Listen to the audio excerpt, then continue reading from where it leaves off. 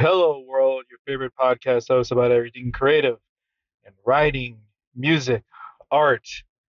Anthony Diaz here with another episode of Narrative Quest. Narrative Quest podcast. It has been a hot minute since I recorded an episode for Narrative Quest. That is the truth. And I've been busy, very, very busy. Job, no job, looking for a job, started a business, made the website, put some shows on the other show, recording, editing, learning how to record, learning how to edit, lighting. So yeah, that's what's going on. But I wanted to stop by and record this quick episode in the car. This would be the last time that I record on in the car using this mic right here. This is a very awesome mic that my wonderful wife gave me like 2 years ago for Christmas. Um, it's done wonderful things just for simple recordings in the car, and it's time for an upgrade. And in the mail that's just been delivered to my front porch is the Rode wireless mic, and I'm excited to try it out, see how it sounds. Because look, I love Logitech, and I love because okay, Logitech for me was my gateway into microphones because it was relatively cheap and it was decent, and there were many things that you could do with it that I just didn't have the ability or the necessity to to use the mic as what as it is intended for to use. So I normally use it just for voice, podcasting, video streaming, things like that. But I fell in love with Rode when I was going over to record episodes at my friend's house, Ben, from Recycle Corn Podcast, and the setup was is great. The Rode Podcaster Pro 2 with the Rode Pod mic, it just it made so much sense that that was the next logical upgrade when it comes to microphones, right? So I did that. I got the Podcaster Pro. That is my mobile recording studio. I got the mics. I got the headsets, the headphones. But when I'm sitting in the car and I just have the need to record an episode or have the need to record something, this mic right here, this small little thing right here, this lav mic, it worked fantastic. It was great. It was great. It wasn't like the most expensive thing in the world, and it did its job.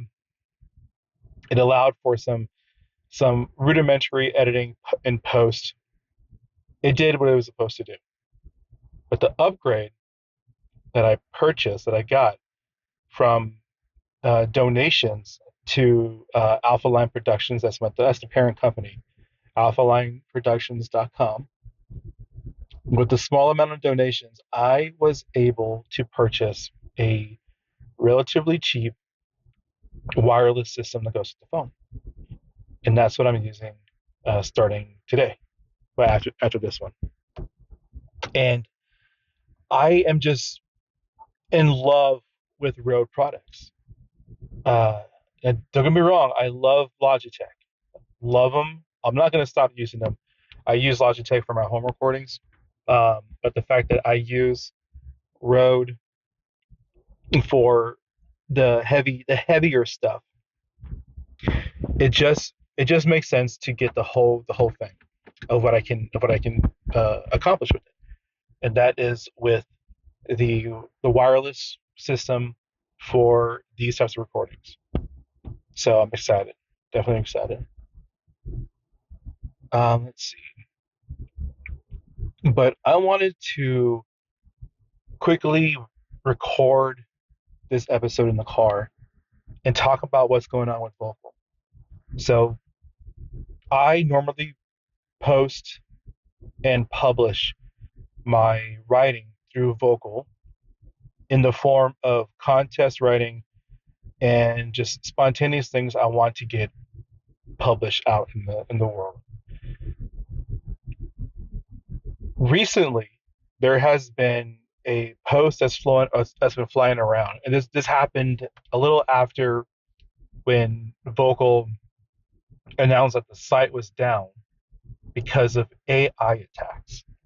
Now, if you don't know what that means, basically, bots, AI bots, have been scamming and attacking the website for data extraction and getting information and getting writing styles and things like that from different authors on Vocal. Now, Vocal has come out and said that, okay, now we're good, we're fine, everything is good to go. They've bumped up the security or what have you, but there has been some uh, postings on social media, such as Facebook, especially Facebook, of different pages and communities I'm a part of for authors about people are noticing that there are AI bots creating profiles and sending information disguised as authors and have been flooding contest uh, posts. So the way the contest posts work is you get a prompt from the contest challenges, and they range from like the 50-word challenges all the way up to like the 2,500-word challenges, and there's a grand prize. There's money involved. So what some users and authors are noticing is that there are profiles who are entering up to, I think the last one I read was 50 different entries in the span of like 10 or 20 minutes. That is, and they're all stories, but I do not know how they can tell that a story is AI written, but one of the persons who have posted on Facebook about this has reached out to Vocal, and Vocal hasn't responded back yet. And what's frustrating is I have noticed it too. I have noticed that I've come across maybe one or two profiles that come in the for you page for them. It's like the top story page, and then they have a picture, and then a very very small bio, and then it will say that the last published pieces of work were like 50 to 75 published pieces of work in the last 2 days, and just published a lot of work. Now, is it possible that people have things on in the can, and then when they're ready to publish, they just publish them all in one shot? Sure, that's that can be debated like 100%.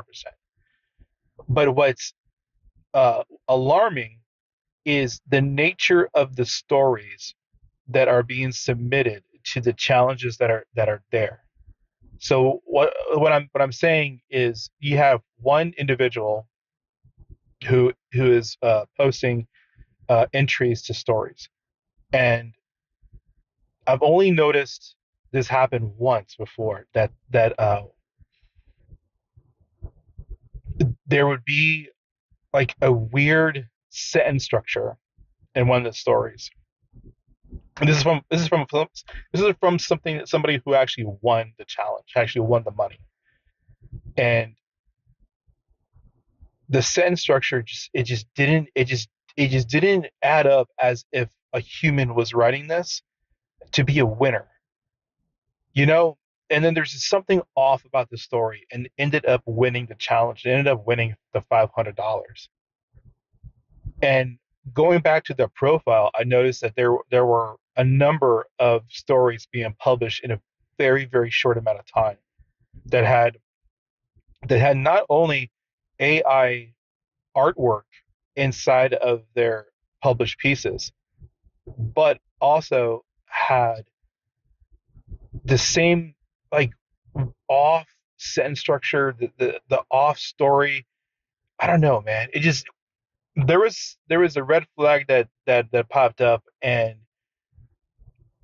it just got me really frustrated when I first discovered it, but then it got me angry when I read that this young lady who was an author and published works on Vocal, trying to get people to come to her site, read her stories, because we get I think a penny to 3 cents per read, depending on the volume of people, that the traffic that goes to our site to read our stories.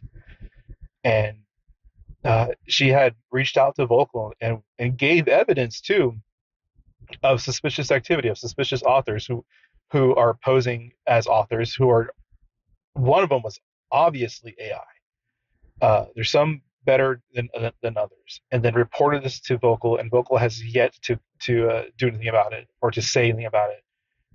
Nothing that I have seen or come across so far that they have come out and said, okay, we are going to fix this problem.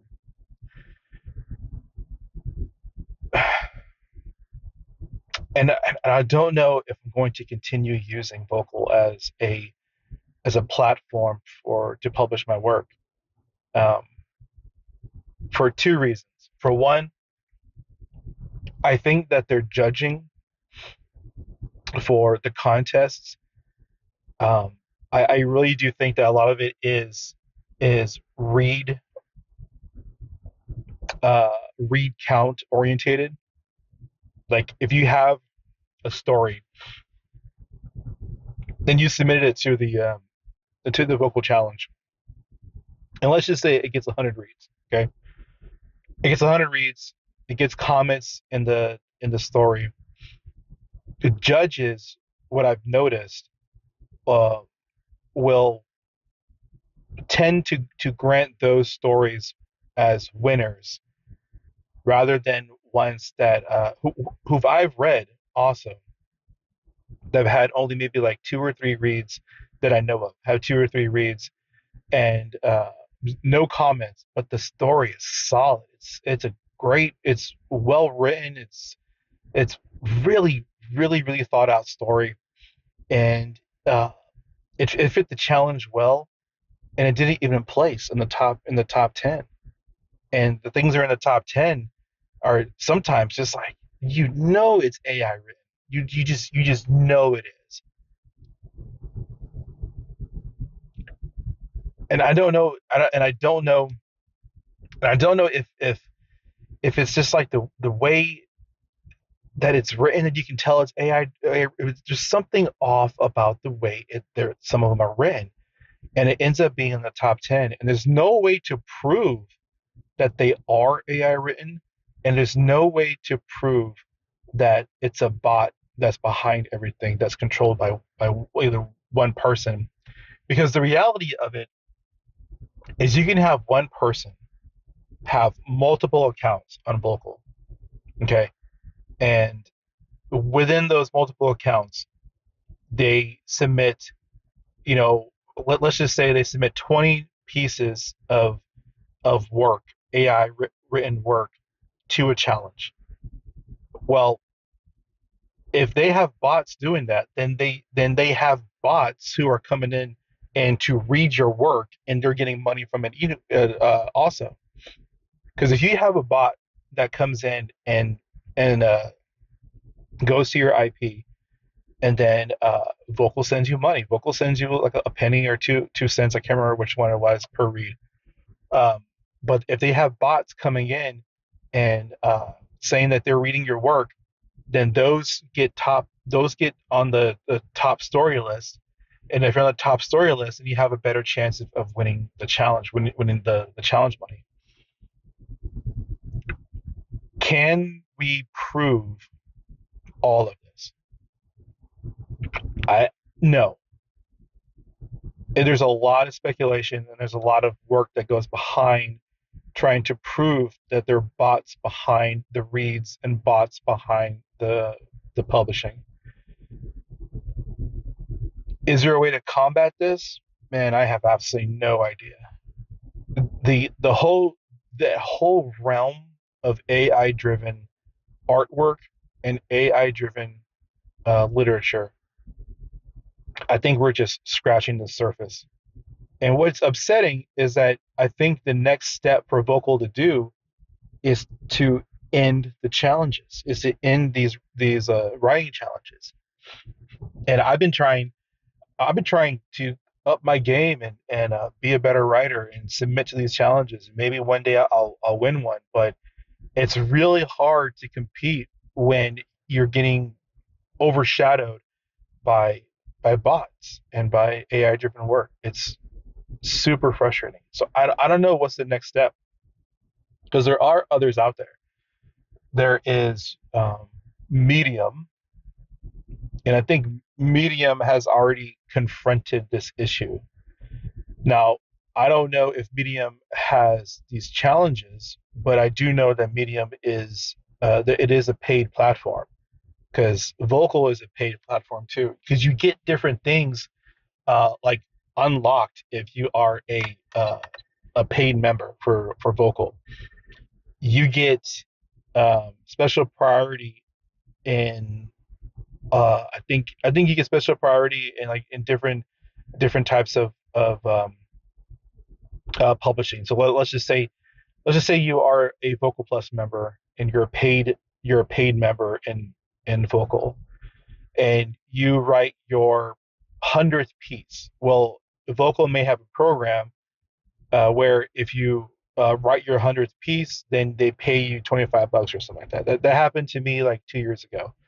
I did the summer session. I did the summer challenge. I did every single summer writing challenge, and I think it was like 10 or 12 writing challenges for all of the summer, and each one was like a 10-day deadline from the start, and it was very challenging because you had to come up with a story, edit, you had to publish, you had to try to make a really good story. And if you finished the challenge, then they give you $15, and that's what they gave me. They gave me $15 to I finished the challenge. Now I didn't win the large prize pool, but the fact that there may be somebody out there who is gaining money through AI driven work. I mean, it's incredibly frustrating. And I just found out a couple of days ago that a lot of my friends who are artists are are on this master list of AI stolen work that has been circling around. I don't know. I cannot, for the life of me, remember what the list is called, but it's a giant list of artists that AI have been stealing from in order to produce their work on their platforms, whether it's Dolly 2 or Mid-Journey. And when I heard that, I I had a suspicion. I had a suspicion that there's a possibility because some of my friends are really high up there in the artist community, and I I had a feeling that there's a possibility that some of their works could have been stolen and used for AI. Uh, but what sucks is I am I am beginning the editing process for my novel again. I I put it on the back burner for such a long time because I wanted to get other projects off the ground, and I was so worried about the way the book would be perceived, and I don't think I was ready yet to send it off to editors to pay for an editor. Um, and I don't think my writing skills were there yet. I didn't find a voice, a style. But I think I'm at the point where I am beginning to find my style and my writing voice. So I am going to rewrite my novel. And I know it's going to be frustrating at first because I'm going to read it and I'm going to be like, wow, why did you even attempt this? This is horrible. But like the fact that I'm still going to do this is it's motivating because I think the story is great. And I just need to sit down. I just need to flesh this out. I just need to work on it. Um, because I am a writer and I know I know that this is going to be a really good story for somebody. I know, but that's just me. But yeah, that's my TED talk. That's my rant on what's going on. I'm excited to use the new road equipment. I'm definitely excited to get back into working on my book. Um, but yeah, if you have a moment, go check out alphalineproductions.com. Go check out my stories at Vocal for the time being. Uh, go and check out my friends' artwork. That's, Ken and James, his phenomenal work. Um, Carl Frank, another great artist. Um, support local artists, man. Support local writers. Um, yeah, hopefully the next time that I do an episode for Narrative Quest, I'll have some somebody to join me and talk about writing and talk about creativity. But for now, it's just still me. All right, later, y'all.